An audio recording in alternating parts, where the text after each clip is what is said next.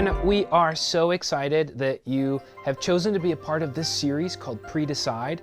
In this series, we are talking about how the quality of our decisions determines the direction of our lives. You make your decisions, and then your decisions end up making you. There's just one problem, and that's that humans tend to be terrible at making decisions. I want you just to quickly make a mental list of some of the decisions that you've made in the last week. Like, what did you do with your spare time?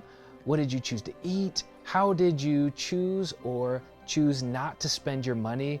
Maybe how much time did you waste on your phone? I'm guessing that at least some of those choices that you made might not have been ideal. But here's the good news. There are decisions that we can make in advance so that we already know the type of people we want to be and what types of decisions we need to make to become that. We're all going to face certain situations that will test our resolve, but making up our minds in advance can help us make the right choices when it really matters. I love this verse from Joshua 24. In this verse, Joshua was giving his final speech to the Israelites before his time as their leader came to an end, and he said to them, "Now fear the Lord and serve him with all faithfulness. Throw away the gods of your ancestors and serve the Lord. But if serving the Lord seems undesirable to you, then choose for yourselves this day whom you will serve. But as for me and my household, we will serve the Lord." Did you hear that? Joshua knew that as he settled down in this new land that God had given the Israelites, there would be all sorts of opportunities to turn from God and worship and serve other gods. But he said, "As for me and my household, we will serve the Lord." At that moment, Joshua pre-decided no matter what other philosophies and religions tempted him, he would choose to live for God. And each week, we're going to talk about important decisions that, like Joshua, we can pre-decide upon that will help us live more faithfully. And we're going to start with this one, that we can pre-decide to be ready to fight temptation. One of the themes we see in the New Testament is that temptation comes for everyone. Whether it's our own sinful desires or schemes of our spiritual enemies, temptation comes for all of us. Take a look at this verse from 1 Peter 5. Peter writes, "Be alert and of sober mind. Your enemy, the devil, prowls around like a roaring lion looking for someone to devour." That is so illustrative of our experiences with temptation, isn't it? It seems like temptation is just waiting for the most inopportune times in our lives to pounce on us. You know, like those times where you're especially stressed or tired or lonely or hungry or angry. That's why we need to take Peter's advice and pre-decide that we will be ready to fight temptation when it comes. What's interesting is that Jesus had given Peter some really similar advice just hours before Jesus was crucified. He said to Peter in Matthew 26:41, "Watch and pray so that you will not fall into temptation. The spirit is willing, but the flesh is weak." Jesus' words there, "the spirit is willing, but the flesh is weak," is so true. Our spirit is usually willing to fight temptation. We don't wake up in the morning eager to give in to temptation, but typically we vastly overestimate our ability to resist it. In other words, our flesh is weak. If you're anything like me, you have a hard time saying no to sweets. I may wake up in the morning and say to myself, "James, remember to try and eat healthy today." But here's what inevitably will happen. I'll show up to the office and there will be sweets just waiting for me, cookies, candy, donuts, just begging me to eat them. Now, I might have the self-control to walk by these sweets once and resist. I might even have the self-control to walk by those sweets twice without giving in. But guaranteed, if I don't have a plan in place to help me resist temptation, I will probably not resist those sweets the third time I walk by. How often have you said, I'm going to do a better job managing my budget, and then a few minutes later you buy a bunch of stuff on Amazon that you don't actually need? Or maybe you say to yourself, I am done looking at things on the internet that I shouldn't be looking at, only to find yourself once again fixated on your screen. We vastly overestimate our ability to resist temptation. That's why when we pre-decide that we're going to be ready to fight temptation, we need to recognize that being ready is more than saying you won't give in. It's having a plan in place to help you say no when temptation comes knocking. So what does a plan to overcome temptation look like? Well, the first step is to move the line. When I was a youth pastor, we used to tell kids, if you see a big scary dog in the road, you don't think to yourself, how close can I get to that dog before it bites me? No, you steer clear of it. Now, this may seem like an oversimplification, but the point is super relevant when it comes to sin as well. We are always asking ourselves questions like, how much can I drink before it's a sin?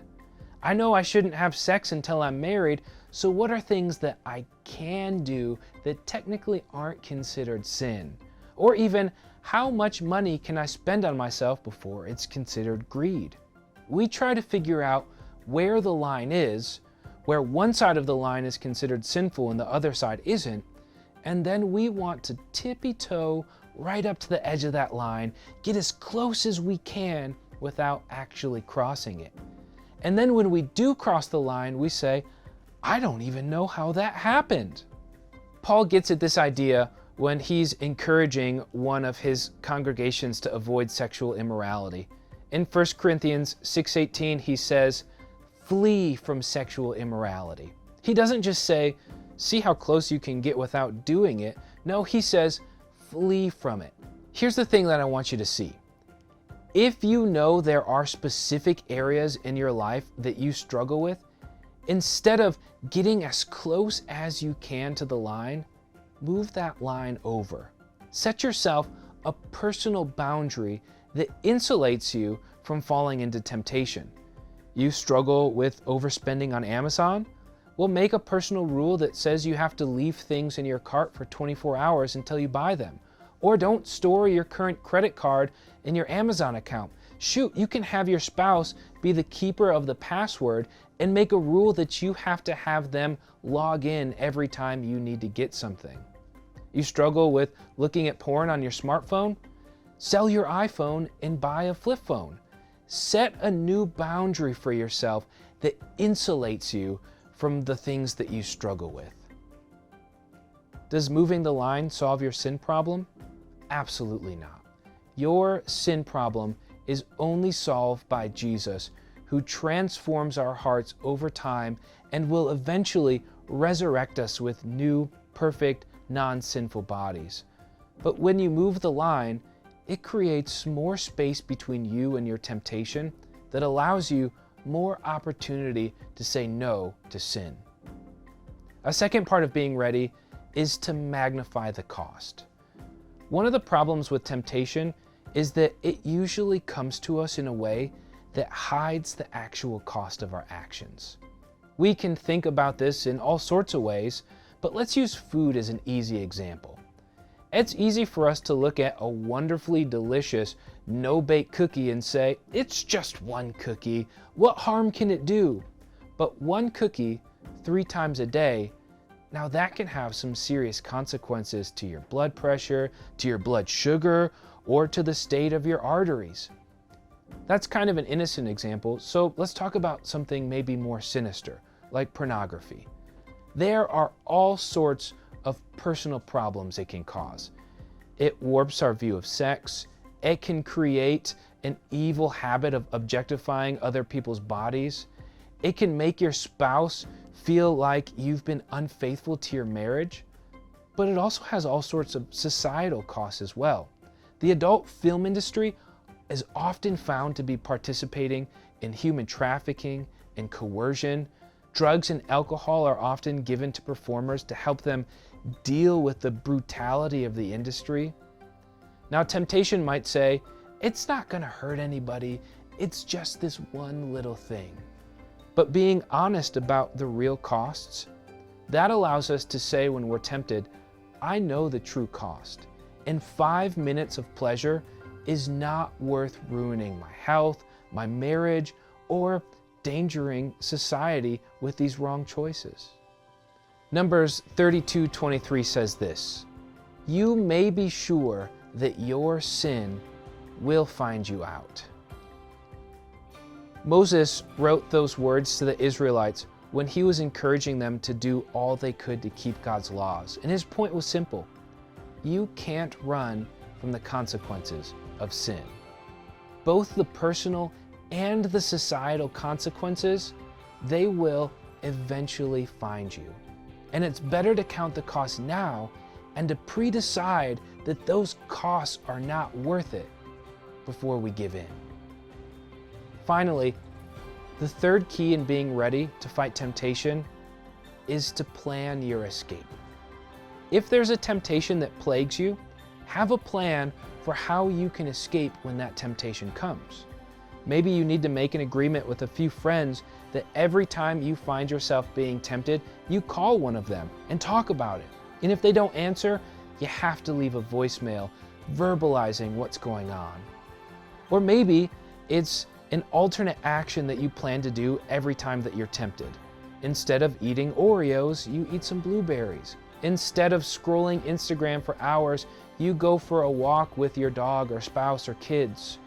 Maybe you set up a kill switch on your internet at home that cuts out the service for 90 minutes to give you time for your temptation to pass. Whatever it is, find an escape route that works for you. You will face temptation, and most of us find that there are certain temptations that we face over and over again. And that's why we should pre-decide to be ready to resist temptation and to have a plan for what that looks like by moving the line, by understanding the true costs, and by having an escape plan already worked out. We'll see you next week.